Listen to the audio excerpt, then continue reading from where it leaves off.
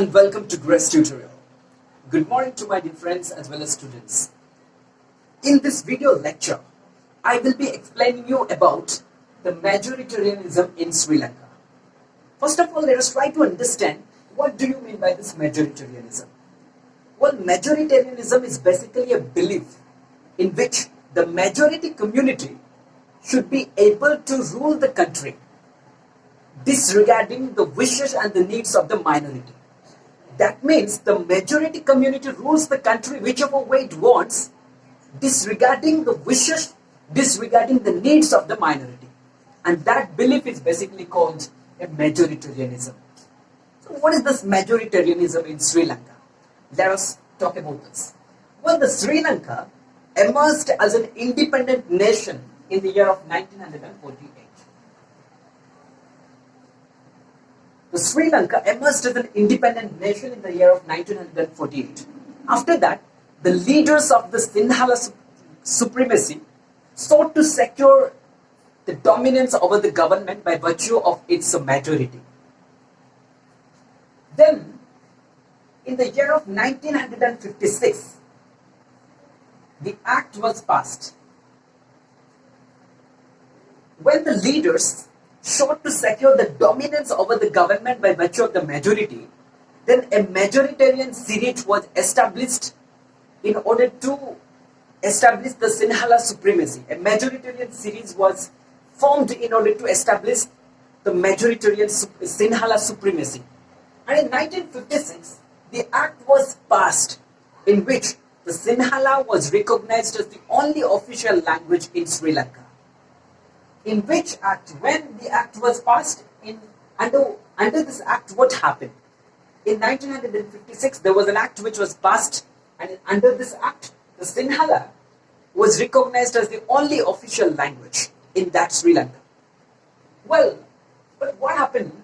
The government, they followed the preferential of the applicants for university positions as well as the government jobs, only for these Sinhala community people, disregarding the Tamil category of the people, Sri Lankan Tamils. Well,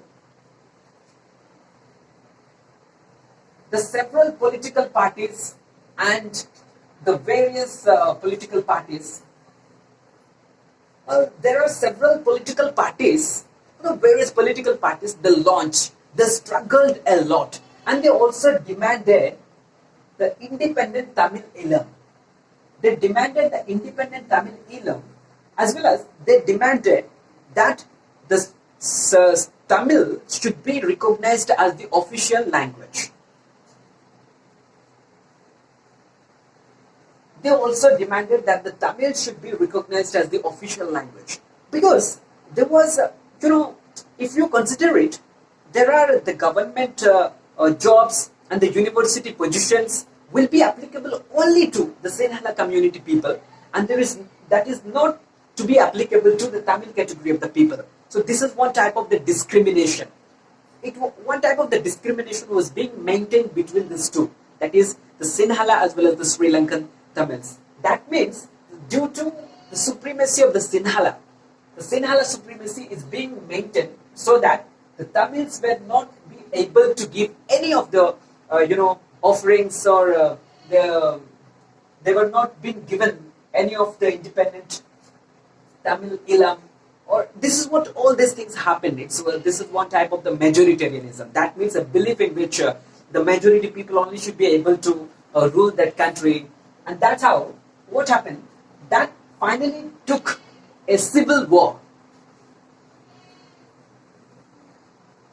And this finally led to a civil war. So what do you mean by this civil war? The civil war is nothing but a massive conflict. A violent or the massive conflict takes place between the two opposing groups within the nation is what basically called a civil war. And the civil war took place due to the disagreement between these two. And finally, the thousands of people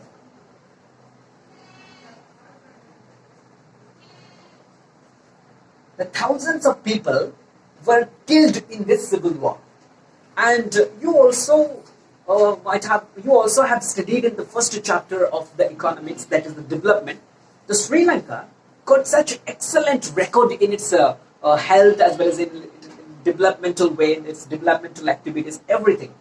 But this civil war has set back. This civil war has completely caused a setback to the overall development of the Sri Lanka. That is all about the majoritarianism in Sri Lanka. Let me give you a glance. The majoritarian, first of all, we could come to know that the majoritarian, what do you mean by the majoritarianism? It's a belief. Secondly, the Sri Lanka emerged as an independent nation in 1948. Then after the leaders, they sought to secure the dominance over the government by virtue of the majority. That's why they established the Sinhala supremacy. And what happened? The government